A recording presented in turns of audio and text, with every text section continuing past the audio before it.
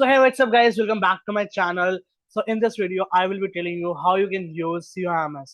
Yes, Chandigarh university information management system कैसे आप use कर सकते हो। मैंने सीयू में अपनी ग्रेजुएशन कंप्लीट करी है and it is about 4 years graduation जो मैंने कंप्लीट करी है वहां से। तो मैं आपको बताऊंगा कि आप कैसे CUMS एंड CULMS पे यूज कर सकते हो। तो ये होता क्या है उसके बारे में आपको बताता हूँ। आप फर्स्ट टाइम जो है सीयू में एडमिशन ले रहे हैं तो आपको पता होना चाहिए कि आपको इन्फॉर्मेशन कहाँ मिलेगी, सब कुछ कैसे होएगा। तो उसके बारे में इस वीडियो के अंदर आप जानने वाले हो, तो बने रहिएगा इस वीडियो के साथ।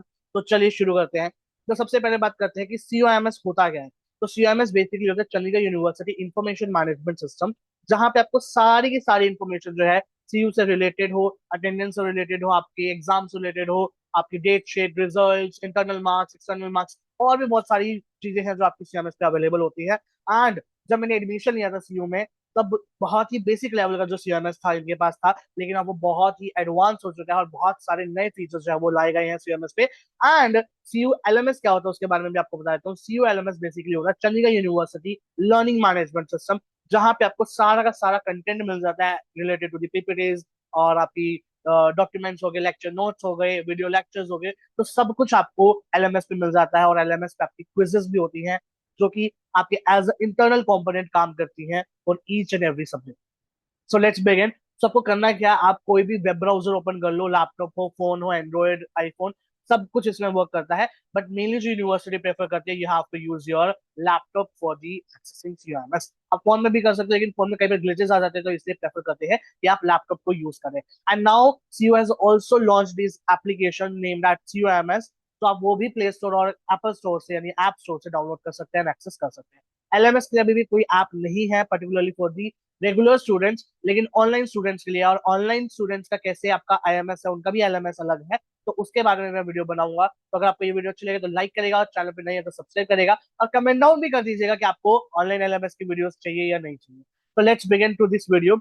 तो सबसे पहले आपको इसको एक्सेस करना है, तो आप कैसे करने वाले हो। तो आप गूगल पे जाइए, कहीं पे भी कोई भी वेब ब्राउजर ओपन करिए, क्रोम, कोई भी चीज आपको जो ओपन करनी कर लीजिए, और वहां पे आपको लिखना है CUIMS। तो जैसे आप CMS लिखेंगे तो सबसे पहला लिंक जो है आपकी स्क्रीन पे आ जाएगा, that is welcome to Chandigarh university information management system. यहाँ पे आप क्लिक कर सकते हो और यहाँ पे देख सकते हो कि प्ले स्टोर का ऐप आया हुआ है और एप्पल स्टोर पे एप्पल के लिए आया हुआ है। तो यहाँ पे हम सबसे पहले ऊपर वाले लिंक पे क्लिक करते हैं और जैसे आप इस पेज पे आओगे तो यहाँ पे आपको बहुत सारे ऑप्शंस मिल जाएंगे, बहुत सारे क्या, 4 ही ऑप्शंस है। दैट इज नंबर 1, स्टूडेंट और पेरेंट्स लॉगिन। ये पेरेंट्स भी आपका अकाउंट है लॉगिन कर सकते हैं यूजिंग देयर पेरेंट UID। तो UID क्या होता है, यहाँ पे यूनिक आइडेंटिटी नंबर होता है, और यू कैन से एक तरह से रोल नंबर होता है जो आपका पूरी यूनिवर्सिटी में चलता है। बेशक वो आपकी अटेंडेंस रिलेटेड हो या आपकी कोई भी क्वेरी आपको जनरेट करनी हो, तो आपको UID पता होनी चाहिए, जो आपके रजिस्ट्रेशन के 1 to 2 वीक्स के बाद जनरेट हो जाती है after successful registration in the program. कि फॉर एग्जाम्पल आपने BCA में एडमिशन लिया तो वो BCA के अकॉर्डिंग UID जनरेट होगी, और अगर आपने किसी और प्रोग्राम में लिया तो वो उस प्रोग्राम के अकॉर्डिंग जनरेट होगी।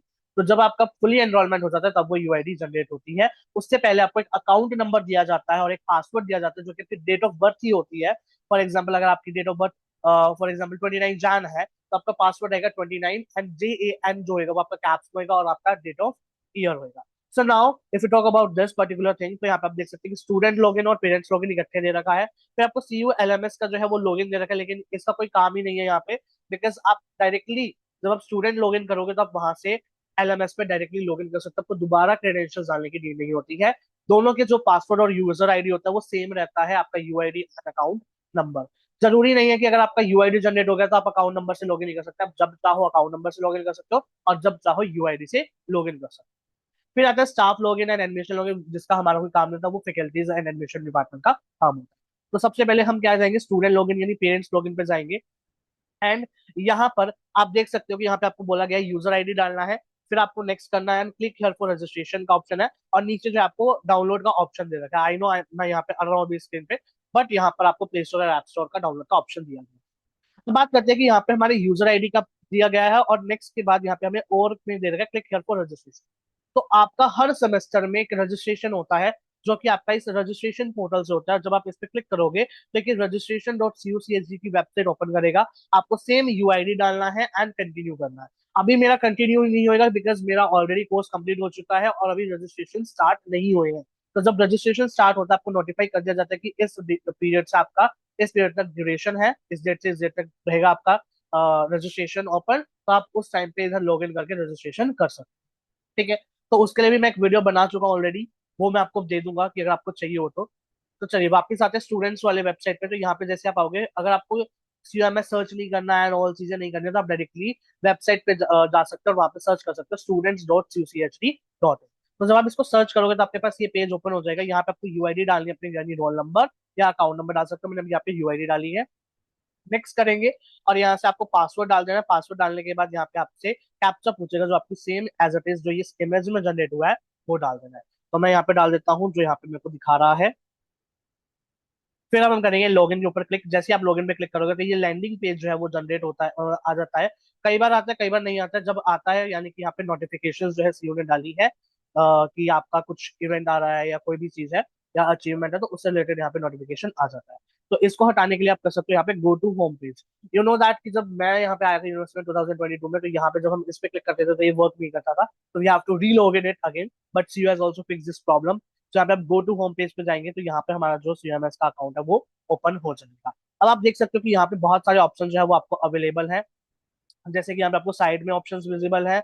यहाँ से आप कोई भी पेज को सर्च कर सकते हो, आपको यहाँ से मिल नहीं रहा है, आप डायरेक्टली यहाँ पे सर्च करोगे वो पेज ओपन हो जाएगा। तो जैसे कि अगर मैं बात करूँ, यहाँ पर हम अटेंडेंस सर्च करते हैं, ठीक है।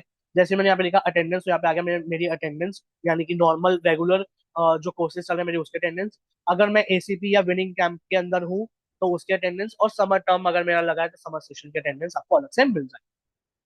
तो माई अटेंडेंस पे जाते हैं। तो जैसे आप उस पर क्लिक करोगे तो यहाँ अटेंडेंस का पेज ओपन हो जाएगा।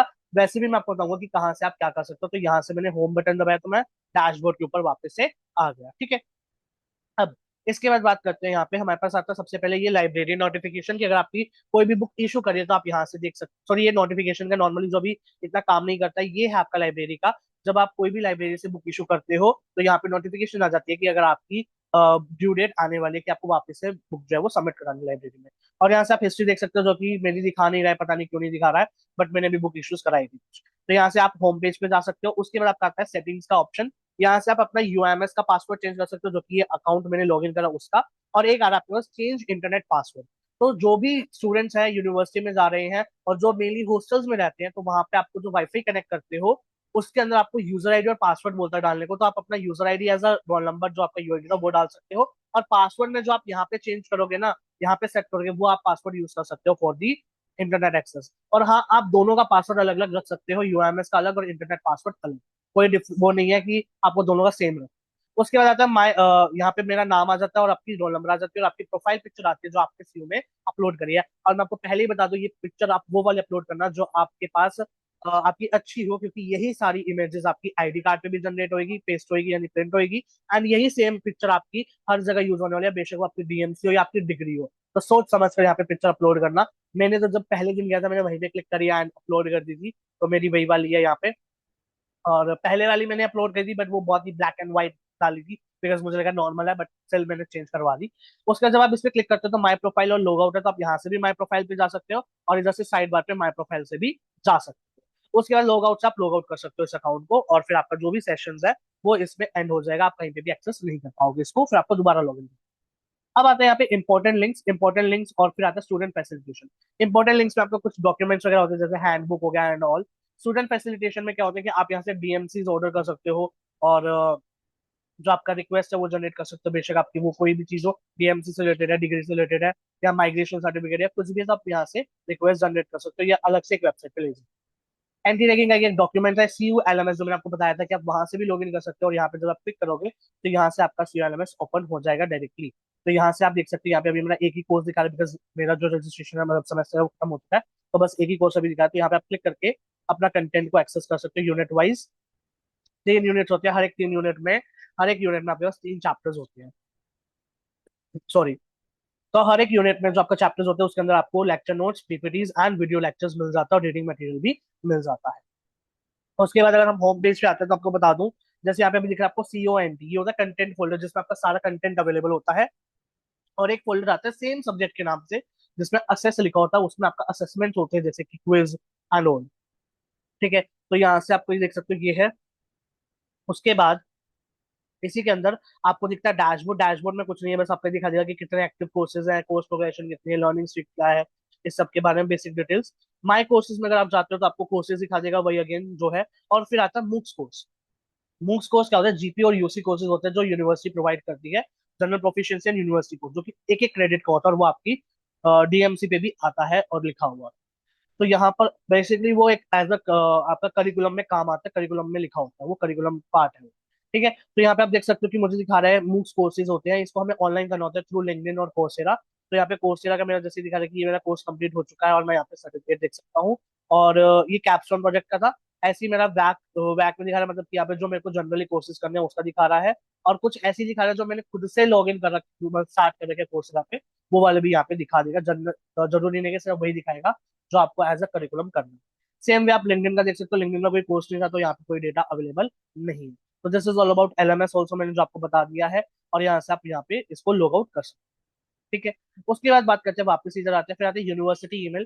तो अभी जब आपने रजिस्ट्रेशन करोगे तो आपको स्टार्टिंग में यूनिवर्सिटी ईमेल जो है वो नहीं मिलेगी। आपको कुछ जब आपको ओरिएंटेशन हो जाता है उसकी कुछ दिनों बाद जो है आपकी यूनिवर्सिटी ईमेल मिलती है। और यूनिवर्सिटी ईमेल में आपका जो रोल नंबर था वो होता है, और @cucsg.in होता है, जो कि आप आउटलुक पे एक्सेस कर सकते हो। आउटलुक वाला जो सिस्टम होता है माइक्रोसॉफ्ट का, उस पे आप ये यूनिवर्सिटी ईमेल को यूज कर सकते हो। और यहाँ पे आपको वन टाइम पासवर्ड दिया होता है, जिसको आपको फर्स्ट टाइम पे इसको लॉग इन करना है, और इससे पासवर्ड को डाल के आपको क्या कर सकते हो, उसको सेट कर सकते हो और अपना नया पासवर्ड जनरेट कर सकते हो। एक चीज और मैं बता दूं, जो बच्चे यहाँ पे गलती करते हैं जब रजिस्ट्रेशन करते हैं, अपनी यूनिवर्सिटी ईमेल को एक्टिवेट करते हैं, तो वो फोन से ऑथेंटिकेटर को लिंक नहीं करते। तो वो करना बहुत इंपॉर्टेंट होता है। अगर आप बाई चांस फ्यूचर में पासवर्ड भूल जाते हो, लॉग इन नहीं हो रहा है, और आपको फॉरगेट करना है पासवर्ड, तो वो आपकी हेल्प करता है माइक्रोसॉफ्ट ऑथेंटिकेटर। अगर वो नहीं करोगे तो आपको फिर से ये बोलेंगे A1 जाओ या इधर जाओ, अलग अलग बॉक्स में घूमने के लिए बोलेंगे, तो फिर आप वो घूमते हैं। उसके बाद यहाँ पे ये वेदर दिखा देगा, सीयू में क्या चल रहा है। यहाँ पे आता है फिर आपका इंपॉर्टेंट मैसेजेस। इसमें क्या होता है कि जो भी आपके डॉक्यूमेंट्स पेंडिंग है वो आ जाता है, या आपका आईडी कार्ड इशू है तो वो आ जाएगा, कोई भी इंपॉर्टेंट नोटिफिकेशन होते हैं वो यहाँ पे आ जाती है। और मोस्टली ये यूज किया जाता है जब हमारे एग्जाम्स होते हैं, एमएससी या फाइनल एग्जाम्स, तो वहां पर हमारा डेट शीट जो होता है, और डेट शीट तो आ जाता है, लेकिन जो रूम नंबर होता है या ब्लॉक होता है वो हमें यहाँ पे विजिबल होता है, एग्जाम से एक दिन पहले रात को विजिबल होना शुरू हो जाता है। तो वो चीज यहाँ पे हमारी आती है। फिर आता है माई कोर्सेज एंड अटेंडेंस। इसमें आप देख सकते हो कि मेरा कोर्स का नेम दिखा रहा है, और जो प्रोग्राम कोड है वो दिखा रहा है। और यहाँ पे भी सब्जेक्ट नहीं दिखा रहा क्योंकि मैं पास आउट हो चुका हूँ अगेन। तो यहाँ पे मेरे कोई भी सेमेस्टर के यहाँ पे अभी सब्जेक्ट नहीं दिखाएगा। मेनली ये उस सेमेस्टर के सब्जेक्ट दिखाता है जिस सेमेस्टर में आप करेंटली हो। जैसे मैं अभी 8th सेमेस्टर में था, तो मेरे को अभी कुछ दिनों पहले 8th की दिखा रहा था, ये कुछ दिनों पहले ही हटा है। तो यहाँ पे आपको सारे सब्जेक्ट्स के नेम दिखा देगा, किस सेमेस्टर के वो सब्जेक्ट है, यानी मेनली वही दिखाता है जो आप करंट है, एंड देन उसकी कितनी अटेंडेंस परसेंटेज आपकी चल रही है। फिर यहाँ से आप आईडी कार्ड जो है डाउनलोड कर सकते हो, वर्चुअल आईडी कार्ड डाउनलोड कर सकते हो। अनाउंसमेंट की बात करें तो यहाँ पे आप जो भी अनाउंसमेंट होती है सीयू करता है, हर चीज से रिलेटेड, बेशक वो आपका ऑफिस ऑर्डर है, हॉलीडे है, या कुछ भी होता है, तो वो आप देख सकते हो, जैसे academics, accounts, administrative, cultural event से रिलेटेड, प्लेसमेंट से रिलेटेड। तो ये सारी चीजें यहाँ पे आपकी विजिबल होती है। उसके बाद आता है मेंटर डिटेल्स। मेंटर डिटेल्स में आपको आपका जो क्लास मेंटर होता है, बेसिकली जो आपका फैकल्टीज होती है, असाइन की जाती है हर एक क्लास में, जिसको हम कहते हैं मेंटर। और वो मेंटर का जो है नेम और ईमेल आईडी यहाँ पे आपको मिल जाता है। उसके बाद आपका अपकमिंग इवेंट्स और जो बजट चाहिए ऐसे ही लिख रखा है इन्होंने, कुछ आता नहीं है इस पे, बहुत सालों से देख रहा हूँ मैं, ये कुछ नहीं आता। माई क्वेरीज एंड क्वेश्चन की बात करें तो जो भी आप रिक्वेस्ट जनरेट करते हो स्टूडेंट पोर्टल से, आपके रिलेटेड हॉस्टल्स हो या किसी भी चीज से रिलेटेड हो, तो उसकी क्वेरीज आप यहाँ पे देख सकते हो। टोटल कितनी है, 27 मैंने रेज करी है 4 साल के अंदर, और क्लोज कितनी होगी, 27, एंड ओपन 0 है। तो हर एक चीज जो है वो यहाँ पे आपको दिखाता है। तो यहाँ पे अभी कोई एरर आ गया है, अगर मैं क्लोज वाली देख रहा हूँ, टोटल वाली भी देख लेते हैं अगर कुछ आता है तो। चलो इसमें भी एरर आ रहा है, बिकॉज आई थिंक मेरा अकाउंट जो है वो अभी बंद होएगा कुछ महीनों के बाद, आफ्टर रिजल्ट। ठीक है, वैसे तो कुछ महीने बाद नहीं होता, 1 साल की वैलिडिटी रहती है कि आपका अकाउंट एक्टिव रहता है, ताकि आपको कोई भी डॉक्यूमेंट्स चाहिए तो आप इससे एक्सेस कर सकते हो। उसके बाद चलते हैं राइट हैंड साइड पे जो हमारे पास ऑप्शंस अवेलेबल है। तो सबसे पहले आता है अकेडमिक्स। अकेडमिक्स में यहाँ पे आपका आता है department of life long learning, जिसको हम डीएलएल कहते हैं। तो इसमें आपके सारे मूक्स कोर्सेज को आपको अपलोड करना होता है, जो मैंने आपको बताया ना कि जीपी और यूसी कोर्सेज में। तो उसका सर्टिफिकेट जब जनरेट हो जाता है तो उसकी पीडीएफ आपको यहाँ पे अपलोड करनी होती है। एंड देन आपका एक मूक्स कोऑर्डिनेटर होता है जो इन सब चीजों को वेरीफाई करता है, और फिर आपका उसका एग्जाम होता है ऑनलाइन मोड पे। लेकिन ऑनलाइन भी अब आपका ऑफलाइन हो गया। इसका मतलब ये है कि जो भी आपका जीपी यूसी के कोर्सेज होंगे, उसका डेट शीट में तो आ जाएगा ऑनलाइन लिखा हुआ, और उसका एक लिंक आ जाएगा, जनरेट हो जाएगा। बट उसको एग्जाम आपको ब्लॉक में जाके कंप्यूटर लैब में देना होगा। कंप्यूटर लैब में आपको यही सीएमएस अकाउंट लॉगिन करना है, और डेट शीट में जाके उसको ओपन करना है। अभी मैं आपको डेट शीट भी दिखाता हूँ, अगर यहाँ पे अभी विजिबल अगर हटाई नहीं है तो मैं आपको दिखाता हूँ कि कैसे आपको वो शो। तो अभी मेरा कोई ऑनलाइन एग्जाम एज सच जीपीयूसी नहीं था, अदर टाइप ऑफ कोर्सेज थे, तो उसका सर्टिफिकेट यहाँ पे अपलोड नहीं करना होता है, वो हमारा नॉर्मली वेरीफाई हो जाता है। तो इसलिए मेरे को अभी इसका एक्सेस नहीं मिला हुआ है। तो माई अटेंडेंस में जाए तो यहाँ पे मैंने आपको ऑलरेडी दिखा दिया कि अटेंडेंस जो है आपके हर एक सब्जेक्ट की ऐसे दिखाता है, जैसे ये देख सकते हो कि ये मेरे 8 सेमेस्टर के सब्जेक्ट है। अब आप बोलोगे कि आपकी स्टार्टिंग में तो नहीं दिखा रहा था, यहाँ पे कैसे आ गए? तो भाई दोनों जगह अलग अलग नहीं दिखाता, सेम ही दिखाता है, बट वो हटा देते हैं क्योंकि हमें अगले सेमेस्टर के लिए रजिस्ट्रेशन करना होगा। तो जब मैं अगले सेमेस्टर के लिए बाई चांस रजिस्ट्रेशन करता हूँ तो ये ऑटोमेटिकली हट जाएगा मेरा और नए सब्जेक्ट आ जाएंगे। तो ये एक है यू कैन से इशू और बेनिफिट, कि अगर आपका वहां से हट गया तो आप यहाँ से अटेंडेंस फिर भी देख सकते हो आपकी कितनी अटेंडेंस है। तो हर एक सब्जेक्ट की आपको अटेंडेंस दिखा देगा, जैसे कि मान लो ये economics of growth and development है, इस पे व्यू पे मैं क्लिक करूंगा तो मेरे को हर एक दिन की दिखा देगा कि मेरा किस टाइम पे लेक्चर था, क्या मेरी प्रेजेंट लगी है, मेरी एब्सेंट लगी है, क्या मेरी डीएल थी, क्या मेरी मेडिकल थी, डीएल होता है ड्यूटी लीव। अगर आपको उस पर भी वीडियो चाहिए तो मैं बना दूंगा, लेकिन आप मुझे कमेंट डाउन कर दीजिए। और फिर उसके बाद आता है सेक्शन, कि आप कौन से सेक्शन में हो और कौन से ग्रुप में हो, और किस फैकल्टी ने मार्क करी है, किस डेट में मार्क करी है और किस टाइम में मार्क करी है, ये सब कुछ यहाँ पे आपको दिखा देता है। यहाँ से आप प्रिंट डेटा करके आप प्रिंट भी कर सकते हो कि आपकी किस दिन क्या अटेंडेंस है। ये मोस्टली आपका काम होता है जब आपका टीएमसी वो आ जाती है, या डिटेन हो जाते हो, तब आता है ये काम, कि आपको एचओडी और डायरेक्टर सर के सिग्नेचर कराने कहीं और लेके जाना है, तो उस चीज में। फिर उसके बाद यहाँ पे आप देख सकते हो कि रिसर्च प्रोजेक्ट होता है। Research project, caps and projects, इन सबकी अटेंडेंस नहीं लगती है, इनका जीरो ही रहता है, बट फिर भी आप एलिजिबल होते हो इनको कवर करने के लिए। उसके बाद आता है आपके पास I am my attendance ACB, winning camp और समर सेशन। समर मेरी लगी नहीं हुई है एंड विनिंग कैंप मेरा लगा नहीं हुआ है, और यहाँ पे कुछ दिखाएगा भी नहीं, प्रीवियस भी नहीं दिखाएगा, बिकॉज मेरा जो कोर्स है उसमें ये चीजें होती ही नहीं थी। फिर आया my courses and lecture. My courses and lecture plan में क्या कहता है कि यहाँ पे जो भी आपके कोर्सेज होते हैं ना, जैसे आपके सब्जेक्ट्स हैं, उन सबका एक लेक्चर प्लान जो है वो आपको अवेलेबल होता है। कि मान लो जैसे मैंने आपको बताया ना economics of growth and development था मेरा एक सब्जेक्ट, तो उसका यहाँ से मैं डाउनलोड पीडीएफ करके जो उसका लेक्चर प्लान है पूरा डाउनलोड कर सकता हूँ कि कितने लेक्चर्स हैं मेनली। जैसे ये थ्री थ्री क्रेडिट का सब्जेक्ट है मेरा, तो वो 3 क्रेडिट का अकॉर्डिंगली 45 लेक्चर्स लगते हैं हमारे पूरे सेमेस्टर के अंदर। ठीक है, तो उसमें ये लेक्चर्स लगेंगे और क्या क्या टॉपिक्स हमें पढ़ने हैं वो सब कुछ उसमें लिखा होता है, रेफरेंस बुक्स और इंटरनल कंपोनेंट्स कितने मार्क्स के, एक्सटर्नल कितने, तो सब डिटेल्स होती है वो आपकी यहाँ पे विजिबल हो जाती है। रिसर्च प्रोजेक्ट की अगेन यहाँ पे नहीं होती है विजिबल, बिकॉज रिसर्च प्रोजेक्ट आपका एक अलग से कंसिडर किया जाता है। उसका ना ही कोई इंटरनल कंपोनेंट होता है ना एक्सटर्नल होता है, उसका सीधा वाइवा होता है, आपको काम करना होता है, रिसर्च प्रोजेक्ट लिखना होता है। कैप्स्टोन में भी रिसर्च प्रोजेक्ट होता है, ये भी याद रखना। फिर आया हमारे टाइम टेबल, ये दिखाते हैं कि आपकी कब कब क्लासेस और कौन से ब्लॉक में है। तो जैसे अब ये एरर दिखा रहा है तो may be back and issue हो सकता है, या फिर ये टाइम टेबल हट चुका है मेरा, बिकॉज ये सेमेस्टर खत्म हो चुका है। तो नया टाइम टेबल जो है वो अपलोड होएगा बाकी बच्चों के लिए, मेरे लिए नहीं होने वाला। ऐसी विनिंग कैंप की अटेंडेंस ही वैसी विनिंग कैंप का क्या है टाइम टेबल आ जाती है। अब मैंने रिसर्च प्रोजेक्ट की बात की थी, ये प्रोजेक्ट का ऑप्शन होता है जहाँ पे आप अपने आप को रजिस्ट्रेशन करते हो हर, जब भी आपका सेमेस्टर में रिसर्च प्रोजेक्ट आता है। तो यहाँ पे आप देख सकते हो इंपॉर्टेंट नोटिफिकेशन ये ऐसे ही आ जाता है। प्रोजेक्ट पूलिंग में क्या होता है, यहाँ पे देखो सबमिट दिखा रहा है मुझे। तो यहाँ पर क्या होता है कि जब आपका सेमेस्टर स्टार्ट होता है ना, तो आपका जो गाइड होता है उसको आपको टॉपिक देना होता है कि मेरे को इस टॉपिक के ऊपर काम करना है। तो वो गाइड क्या करता है, अपने पोर्टल से आपके लिए एंट्री करता है और फिर आपको यहाँ से सिलेक्ट करके सेव करना होता है पूरे सेमेस्टर के लिए, फिर वो लॉक हो जाता है। ठीक है, चेंज करा सकते हो अगर आपको लगता है कि नहीं ये टॉपिक मेरे से नहीं होएगा, इसमें बहुत दिक्कत आएगी, तो आप मेल कर सकते हो and then it will be resolve. ठीक है, तो यहाँ पे आप देख सकते हो स्टूडेंट केयर वाली मेल लिखी हुई है, तो इसी पे आप मेल करके अपनी प्रॉब्लम्स को रिजॉल्व करा सकते हो। इसके बाद आता है रिसोर्स लाइब्रेरी। तो यहाँ से आपका बहुत पुराना है ये, यहाँ पे अभी कोई अवेलेबल भी नहीं होता सच कंटेंट, जो मेरे को आज तक तो नहीं मिला इसमें जो मैंने देखा है आज तक। फिर है सोशल इंटर्नशिप। तो आपकी 1 साल के बाद ना जब आप सेकेंड ईयर में जाते हो तो आपकी सोशल इंटर्नशिप आती है जो आपको करनी होती है। तो सोशल इंटर्नशिप में क्या होता है कि ना आपको ना विलेज में जाके काम करना होता है, उनके लिए सोशल वेलफेयर टाइप ऐसी एक्टिविटीज करनी होती है, और भी बहुत सारी चीजें होती है जो अब चेंज हो चुकी है। मेरे अकॉर्डिंग जब मेरे वाला था, जो मैं सेकेंड ईयर में हुआ था, तो हमारे ये था कि हमें विलेज में जाना है और बहुत सारी एक्टिविटीज होती है जो हमें सेलेक्ट करके यहाँ पर अपलोड भी करनी होती है। तो वीकली हम जो है डेयरी लिखते हैं, डेयरी रिपोर्ट बोलते हैं जिसको, और वो यहाँ पे अपलोड होती है। फिर आइए अकाउंट्स की बात। तो अकाउंट्स में बेसिकली आपका पैसा पैसा रहेगा। तो यहाँ पे आप अकाउंट्स जैसे जो आपने पेमेंट कर रखे हैं वो आप डाउनलोड कर सकते हो। अकाउंट स्टेटमेंट और फीस पेमेंट में आप पे कर सकते हो, जो भी आपके सेमेस्टर की फीस है, हॉस्टल फीस है, एग्जामिनेशन फीस है, तो कोई भी तरह की फीस हो वो आप यहाँ से पे कर सकते हो। अच्छा, अब मैंने आपको बोला कि बहुत एडवांस फीचर्स जो है इन्होंने लाए हैं। सबसे पहले तो यही है सीयू एलएमएस वाला की जो इन्होंने लाया है कि यहाँ से हम डायरेक्टली एक्सेस कर सकते हैं, वरना पहले क्या होता था हमें अलग अलग से लॉग इन करना पड़ता था। दूसरा एडवांस फीचर ये लाया कि फीस सबमिशन अपॉइंट। इसका मतलब ये है कि जब भी हम वहां जाते थे ना अकाउंट्स डिपार्टमेंट फीस सबमिट कराने ऑफलाइन कैश में, तो हमें बहुत सारे इश्यूज होते थे, जैसे कि बहुत लंबी लाइन लगी होती थी। तो अब सीयू ने उस चीज को देखते हुए क्या कहा है कि यहाँ पे आप जाओ और सीएमएस से आप यहाँ पे रजिस्ट्रेशन कर सकते हो कि आपको किस डेट पे फीस सबमिट करानी है वो सिलेक्ट करो। लॉग D3 रहेगा आपका अकाउंट्स का, और किस टाइम पे आपको सबमिट करानी है वो सिलेक्ट कर लो, और यहाँ से आप सबमिट कर दो। जब आप सबमिट करोगे तो आप उस टाइम पे जा सकते हो, और आपको ये दिखा भी देगा कि कितने स्लॉट्स रिमेनिंग है। मोस्टली स्टूडेंट्स ऑनलाइन पेमेंट कर देते हैं तो कोई इशू नहीं रहता है। बट आपको अगर कैश में करनी है तो आप इस फीचर का यूज कर सकते हो। फिर उसके बाद आता है आपके पास एडमिनिस्ट्रेशन। अब यहाँ पे एडमिनिस्ट्रेशन में कह रहे हैं डॉक्यूमेंट अपलोड का। तो यहाँ पे आप अपने जो डॉक्यूमेंट्स है वो अपलोड करते हो। आपने सुना होगा अभी के लिए कि आपको बहुत सारे डॉक्यूमेंट्स दिखा रहा होगा जब आप लॉग इन करोगे। अगर आपने सी में एडमिशन ले लिया तो आपका अकाउंट अगर जनरेट हो गया है तो, कि उसमें आपके पास आधार कार्ड, बैंक आधार कार्ड हो गया front end back, pan card हो गया, और आपके 10th 12th की मार्कशीट होगी, और भी बहुत सारे डॉक्यूमेंट्स जो वो मांगता है और यहाँ पे आप अपलोड कर सकते हो, या फिर अपने काउंसलर को भेज सकते हो, वो आपके अपलोड करके वेरीफाई करवा देते हैं। ठीक है। फिर आया आपके पास यहाँ पे सेंटर, इतना कोई काम नहीं रहता है इसका। कंप्लेंट अगेंस्ट हरासमेंट, वैसे तो हरासमेंट होती नहीं है, बट अगर होती भी है आपके साथ तो आप यहाँ से कंप्लेंट करके उसके ऊपर कंप्लेंट कर सकते हैं। ठीक है।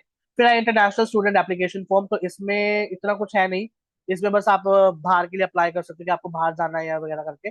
और फिर आते हैं university medical insurance. Yes, university also provides you the medical insurance.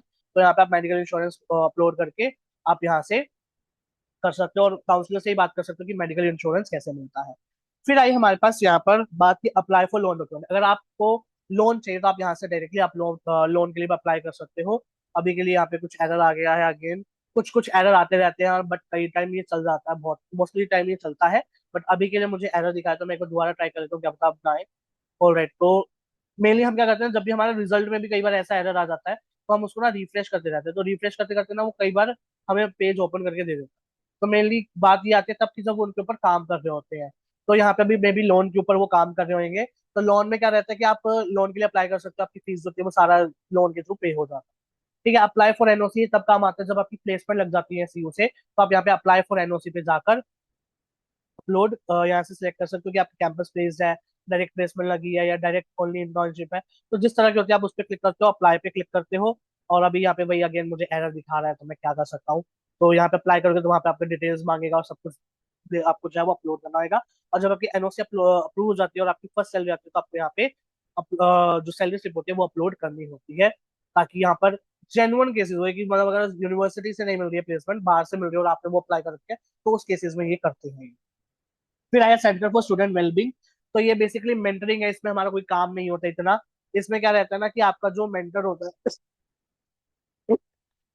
Sorry, जो आपका मेंटर होता है, जैसे मैंने स्टार्टिंग में बताया कि आपका एक क्लास मेंटर होता है।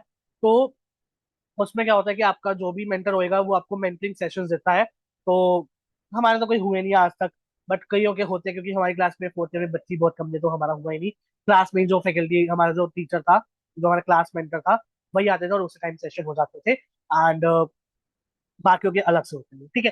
तो और एक चीज और, जो आपका मेंटर होता है ना, मोस्टली केसेस में वो आपको कोई ना कोई सब्जेक्ट पढ़ा ही रहा होता है। हर बार क्या हुआ कि जब भी हमारा कोई मेंटर बना वो हमें कोई ना कोई सब्जेक्ट पढ़ा रहा होता है, ताकि आपकी परफॉर्मेंस इन ऑल ट्रैक्स और आपके बारे में जान सके क्या है आपके अंदर, क्या पोटेंशियल आपके अंदर। ठीक है। तो उसके बाद आता है आपके पास काउंसलिंग थेरेपी सेशन। अगर आपको काउंसलिंग चाहिए तो आप यहाँ पे रजिस्ट्रेशन कर सकते हो। डीसीपीडी मेनली बीटेक सीएससी वाले स्टूडेंट्स के लिए होता है कि यहाँ पे डीसीपीडी की क्लासेस होते हैं, डीसीपीडी के असेसमेंट होते हैं।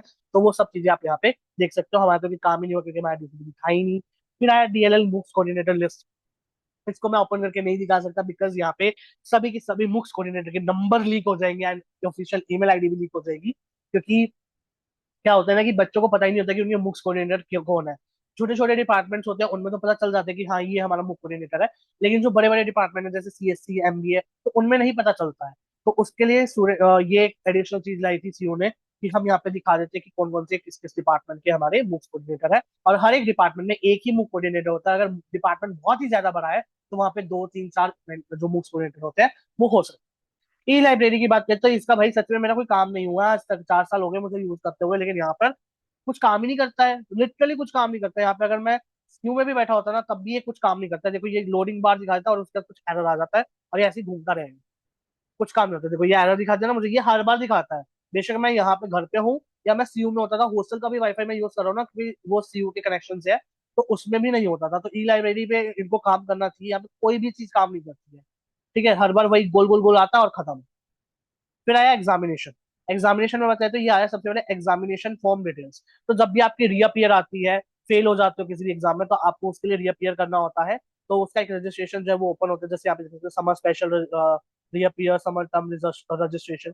तो यहाँ से आप जाके रजिस्ट्रेशन करते हो जो भी सब्जेक्ट में आपकी क्लियर नहीं हुए हैं, और जो भी आप फिल करते हो उसका आप यहाँ पे डिटेल्स देख सकते हो। तो मेरा तो कुछ है नहीं तो कुछ दिखाएगा ही नहीं। फिर आया माई डेट शीट। तो माई डेट शीट में यस, अब देख सकते हो आपकी यहाँ पे मैं आपको दिखाता हूँ। जैसे ये वाला पेपर था मेरा, ये ऑफलाइन था, तो मेरे को दिखा दिया कि 2 मई को है, और इस टाइम पे था मेरा, और ऑफलाइन मोड पे था, और D8 ब्लॉक में था। तो यहाँ पे बहुत सारे ब्लॉक्स है, जैसे कि अगर हम डी ब्लॉक की बात करें, जो मेनली साउथ कैंपस के नाम से जाना जाता है, तो उसमें आपके D1 से लेकर D8 तक ब्लॉक है। फिर उसके बाद आप यहाँ पे देख सकते हो कि ऑनलाइन एग्जामिनेशन जो थे मेरे, वो सारे दिखा रहा है कि मेरे कहाँ थे। यहाँ पे सबसे पहले तो ब्लॉक का नेम आ जाएगा अभी, तो जैसे ऑनलाइन एग्जाम लिंक आ रहा है ना, यहाँ पे जैसे D8 लिखा है वैसे ही आता है कि A1 A2 और D2 में था मेरा। बट जब आपका जैसे 5 तारीख को था मेरा ये एग्जाम, तो 4 तारीख को ये लिंक जो होता है वो एक्टिवेट हो जाता है, या 2 3 दिन पहले भी एक्टिवेट हो जाता है कई बार।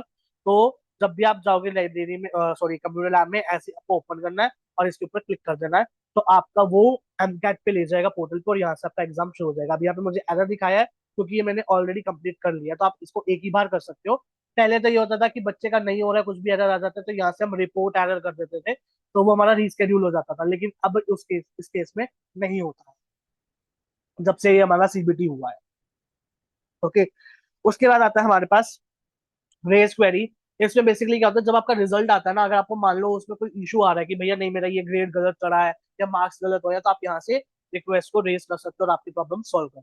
मेरी तो आज तक नहीं करी, मैं बता रहा हूँ। जो जेन्युइन चीज है ना, मैं वही बता रहा हूँ आपको। मैंने करी थी 2 बार, बट उन्होंने बोला कि आपके सही मार्क्स है, तो वो है सीन। तो फिर मैंने दोबारा कुछ बोला ही नहीं कि जाओ भाई। फिर आया रिजल्ट, यहाँ से आप रिजल्ट देख सकते हो। दिखाने का तो मैं दिखाया था, लेकिन मैं नहीं दिखा सकता। ठीक है। अभी मेरा पूरा रिजल्ट आया ही नहीं है, 7 सेमेस्टर तक अपलोड है अभी। 8 का मे भी बोल रहे 12 या 13, 12 से 15 के बीच में आ जाएगा।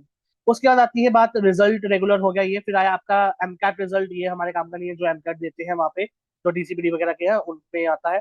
स्टूडेंट मार्क्स व्यू रेगुलर और रीअपियर। तो जब आप रेगुलरली करिकुलम फॉलो कर रहे हो, आपका सेमेस्टर चल रहा है, तो जो भी मार्क्स होते हैं वो आपके अपलोड होते हैं। यहाँ पे मैं आपको दिखा देता हूँ कि यहाँ पे देख सकते हो कि सेशन वाइज आप देख सकते हो, 2 ही सेशन की देख सकते हो, मतलब करंट सेमेस्टर और प्रीवियस सेमेस्टर। तो अभी करंट सेमेस्टर में जो जो मेरे मार्क्स है वो यहाँ पे अपलोड हो रखे हैं। और प्रीवियस की मुझे देखना हो तो मैं प्रीवियस पे क्लिक करूंगा, तो मेरे प्रीवियस सब्जेक्ट के जो है वो मार्क्स दिखा देगा, और सब्जेक्ट भी दिखा देगा। तो लास्ट टाइम मेरा रिसर्च प्रोजेक्ट 1 था, और इस टाइम मेरा रिसर्च प्रोजेक्ट पार्ट 2 था। ये मुझे अभी भी पुराना क्यों दिखा रहा है? मे भी कुछ ग्लिच, देखो मैंने बोला ना कुछ तो ग्लिच चलता रहता है यहाँ पे। अब आपको बताते बताते यहाँ पे ग्लिच हो गया, बताओ। हाँ अब आ गया, देखो अब रिसर्च प्रोजेक्ट हुआ, तो इस मैसेज आ गया। तो थोड़े बहुत ग्लिचेस चलते हैं, ठीक है। तो उसके बाद बात करते हैं, रीअपियर की सेम वे में दिखाएगा, लेकिन आपको रीअपियर के दिखाएगा। तो मेरा कुछ है नहीं, तो नहीं दिखाएगा। स्टूडेंट प्रैक्टिकल डेट शीट, जो आपके प्रैक्टिकल सब्जेक्ट होते हैं, जो आपके लैब में कंडक्ट होते हैं, उनके यहाँ पे प्रैक्टिकल डेट शीट आ जाती है। टेक्निकल रिजल्ट मेरा आज तक कुछ नहीं आया, स्पेशल रीअपियर का ये फॉर्म मैंने आपको बता दिया। हॉस्टल की बात करें तो यहाँ पे हॉस्टल कौन सा आपको एलोकेट है वो आएगा।